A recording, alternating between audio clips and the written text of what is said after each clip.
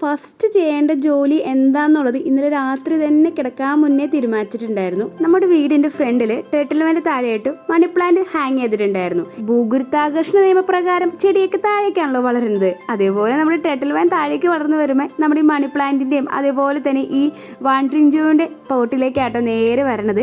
അത് ശരിയല്ലല്ലോ എന്ന് തോന്നിക്കഴിഞ്ഞപ്പോൾ ഒന്ന് മാറ്റി വെക്കാലോ എന്ന് വിചാരിച്ചു. അങ്ങനെ അവർക്ക് നല്ലൊരു സ്ഥലം അങ്ങോട്ട് ഒരുക്കി കൊടുത്തേ.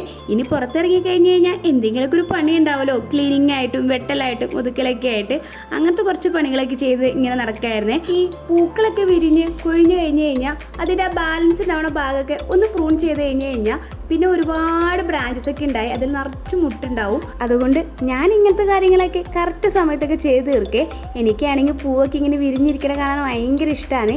ഈ കാണുന്ന ഇലച്ചെടി ഉണ്ടല്ലോ, അത് ഞാൻ മതിലിൻ്റെ പൊക്കത്ത് വെച്ചപ്പോൾ അതിൻ്റെ ഇലയെല്ലാം വന്ന് ഒറ്റ തിന്ന് തീർത്തേ. അതെല്ലാം ഒന്ന് വെട്ടി ഒതുക്കി എല്ലാം ക്ലിയർ ആക്കി അങ്ങ് എടുത്തു.